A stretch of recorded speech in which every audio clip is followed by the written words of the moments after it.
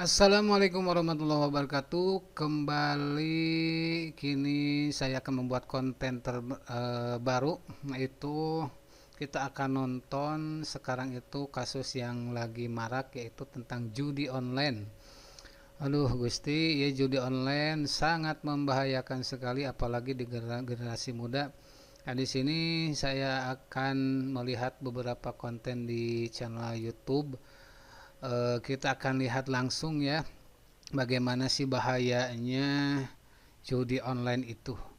Nah, sebelum merambah ke anak-anak muda, ini dia bahaya judi online yang kita akan menyimak di channel YouTube-nya yang pertama. Kita lihat langsung ya. Ini dia di channelnya siapa ini? GT Bodysuit. Kita lihat nih. Ini bahaya dari judi online. Kita lihat ya. Gitu. Gimana ceritanya gitu? Saya nggak punya uang, saya main judi slot jadi punya utang. Kalau saya punya uang, ngapain saya main gitu kan? Kalau dari awal, ini uangnya nggak ada, hutangnya ada, gitu. Itulah anehnya judi online, bahayanya di situ. Hai, kapan sih kamu mulai mencoba pertama kali judi online tersebut? Jadi ceritanya sih beberapa tahun lalu kebetulan pas kita COVID, Mbak. Jadi tahun 2020 ya? Yes, pas kurang lebih 2020. Di situ saya punya bisnis drop, hancur semuanya. Boleh tahu bisnisnya apa? Sebelumnya itu retail sih, Mbak. Oke, retail. Ya, itu kan PSBB akhirnya yang kita tahu retail anjlok. Itu di situ akhirnya pas saya. Nah, yang lucunya, Mbak, ternyata orang yang melakukan aktivitas judi online itu ternyata orang-orang yang memang bukan orang yang punya uang gitu. Jadi di saat dia justru nggak punya uang, di saat dia mau cari jalan pintas, di saat dia mau cari fast track untuk balik lagi ke kalau saya waktu itu saya balik lagi ke kondisi saya sebelum COVID, sebelum saya jatuh.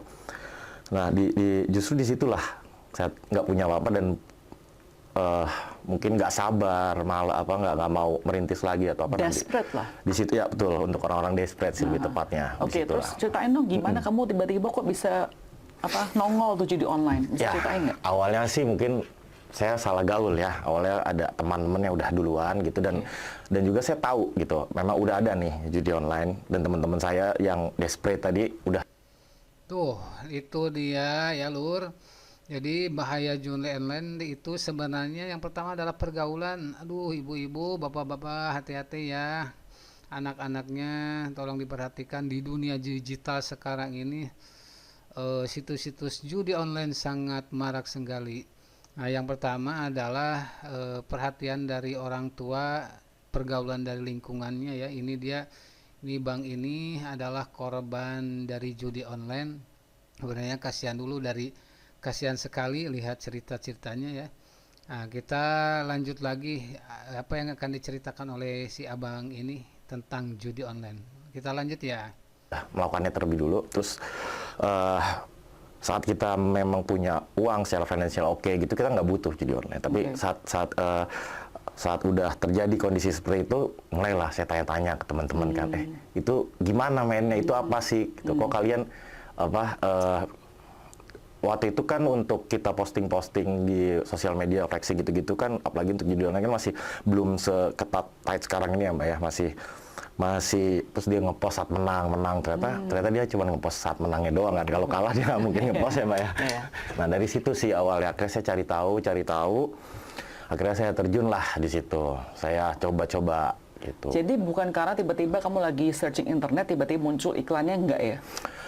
Untuk awal-awal sih enggak, awal-awal enggak. Oke, sebelum saya lanjutkan dulu story kronologinya, jadi karena teman-teman kamu tertarik dengan Instagram atau social media mereka, kamu tanya-tanya mereka dulu, karena kamu desperate, right? Teman-teman kamu itu teman-teman dekat atau teman-teman yang begitu saja? Teman-teman dekat sih justru. Nah, mereka kan pasti pernah rugi kan? Betul. Nah, pas kamu masuk ke judi online itu ikutin mereka, mereka berkomisi nggak sih? Kalau apa bahasanya referral ya Mbak ya? Referral. Itu dia mereka dapat. Maka itu mereka menutupin mereka punya loss untuk menarik customer baru. Betul. Itu ada sistemnya gitu Mbak. Karena mungkin itu salah satu penyebabnya itu menjamur dengan sangat cepat juga. Jadi pas kamu masuk kamu menjadi referral, kamu menjadi seorang affiliate juga berarti dong ya? Secara langsung sebenarnya kita bisa melakukan, cuman saya sih belum nggak sampai jadi affiliate. Alright, berapa uang pertama kali kamu masukin buat judi online? 100.000 mungkin Mbak 100.000 dong ya? 100.000. Mana nggak pertama kali? Kebetulan langsung kalah Mbak. Langsung kalah. Saya pengen tahu itu mana kayak gimana sih gamenya? Mainnya itu jadi kita cuma masukin, jadi di judi online itu kan dia platform itu udah canggih juga tuh Mbak. Dari kita proses depositnya tuh udah sangat cepat semuanya. Gitu. Terus tiba-tiba ada banyak permainan di situ, ya sudah kita pilih yang mana. Itu juga awalnya diarahin itu sama teman-teman. Kamu pilihnya bisa kasih tahu nggak? Apa gamenya kayak gimana bentuknya? Gamenya itu seperti slot. Gitu. Jackpot gitu? Jackpot ya, jackpot gitu. Terus kita, ya sudah misalnya saya pertama kali masukin uang 100.000 gitu. Kita main per gamenya itu, startnya itu dari Rp400 Mbak. Oh, model cuma press gitu-gitu aja? Iya, kayak orang, ya uang gitu-gitu aja? Iya, gitu. 400, awalnya Rp400,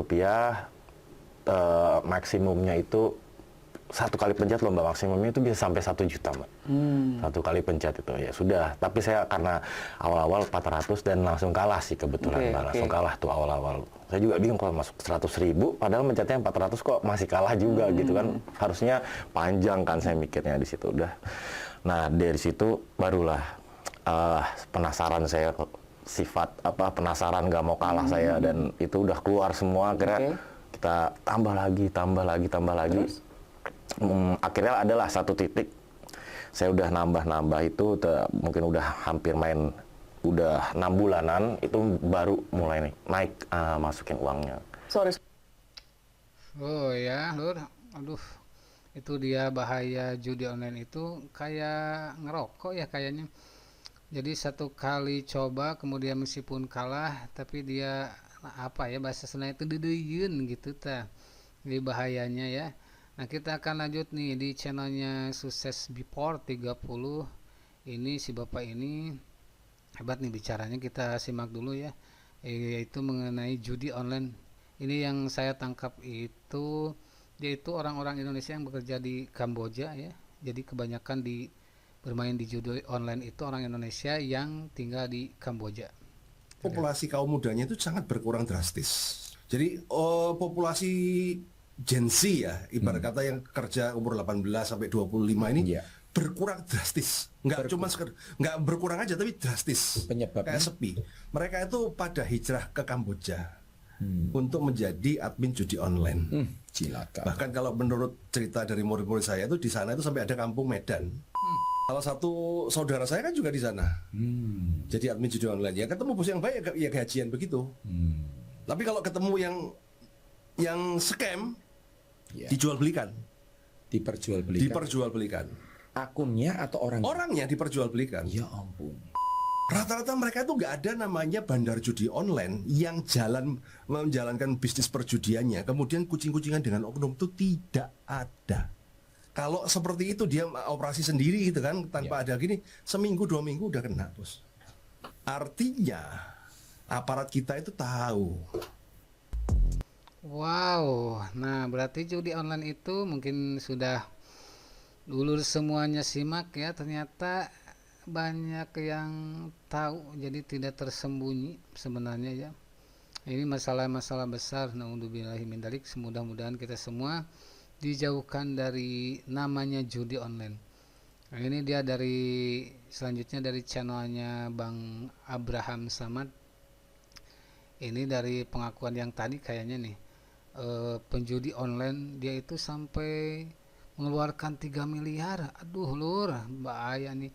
Kemudian Alphard Camry-nya ludes itu gara-gara judi online. Sampai katanya dia itu sampai cerai dengan istrinya dan jauh dengan orang tua. Naudzubillahi min dzalik. Ini dia, kita simak saja dulu ya. Kalau nggak himbau doang mungkin itu udah terlalu klasik Bang ya. Oh terlalu klasik. Terlalu klasik. Kita dihimbau doang tapi ininya Tidak ada masih upaya? tidak ada upaya itu terlalu klasik. Cuman kalau dari tahapan-tahapan yang tadi saya ceritakan itu ada beberapa step-step yang sebetulnya itu kita sebagai pemerintah gitu ya, sebagai bangsa Indonesia itu bisa melakukan yang preventif tadi Bang sebetulnya.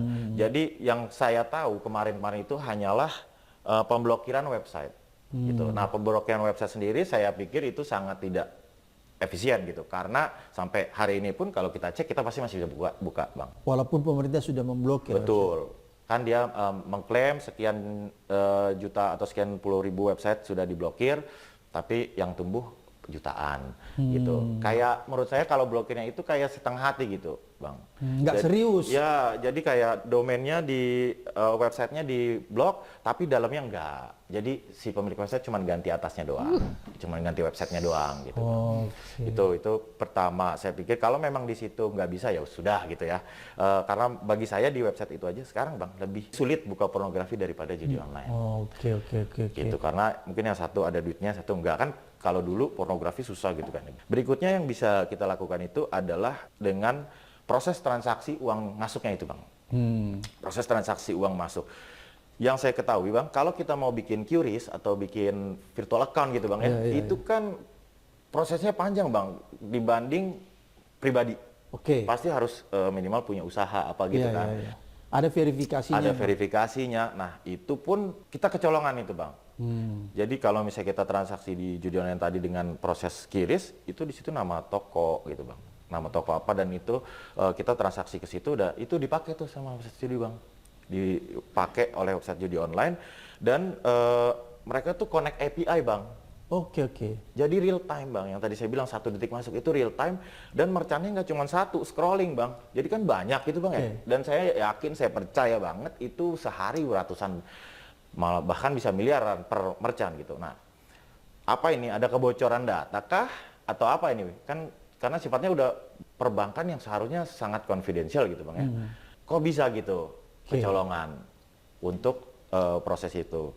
Dan kayak selain banking ada juga e-wallet yang sekarang kita sering pergunakan, yang warna hijau, warna biru, banyak lah yang sering kita gunakan. Itu juga digunakan oleh mereka gitu. Kenapa bisa kebocoran data seperti itu terjadi? Nah, menurut saya faktor utamanya itu yang harus kita lakukan untuk memberantasnya ya di part transaksinya itu. Oke, jadi kalau pemerintah serius, dia harus melakukan langkah yang lebih konkret ya. Betul. Untuk mempersulit ya orang untuk mengakses, kira-kira begitu. Atau memblokir. Kalau saya selama transaksinya sulit, ya udah nggak apa-apa lah dia nongol gitu. Misalnya dia nggak diblokir, tapi jadinya angka yang main dan angka transaksinya saya yakin mungkin bisa turunnya drastis banget. Karena dari data, kan kita udah bikin satgas nih Bang ya di Indonesia, dari data yang dirilis dan saya baca itu 80% Bang, itu yang pemain judi online itu kan statusnya menengah ke bawah Bang.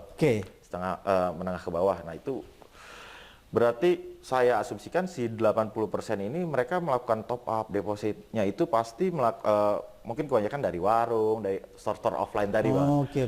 Gitu. Nah, makanya kalau proses depositnya itu kita persulit, mungkin si 80%-nya ini berkurang kan. Nah, jadi sebenarnya kan yang angka 20%-nya ini kalau kita asumsikan itu adalah menengah ke atas, itu biarin suka-suka lu. Oke, berarti harusnya pemerintah memblokir atau mempersulit di transaksinya ya? Betul. Itu lebih konkret ya? Itu lebih konkret Bang, karena kita, yang tadi Abang bilang, kita milenial, kita sudah terbiasa dengan kemudahan, dipersulit sedikit, selesai. Tapi yang sekarang dilakukan pemerintah, dia hanya sekedar memblokir websitenya. Yang saya lihat sih seperti itu. Oh my god, ngeri banget ya. Itu dia lur bahaya dari judi online. Nah, sekali lagi mudah-mudahan generasi muda kita dijauhkan dari yang namanya judi online. Dari agama juga itu judi online itu haram sekali hukumnya. Dan mudah-mudahan kita semua dijauhkan dari yang namanya judi online. Itu saja yang lagi rame di dunia saat ini, itu tentang judi online makin marak. Terima kasih. Itu saja. Sampai jumpa. Selamat malam.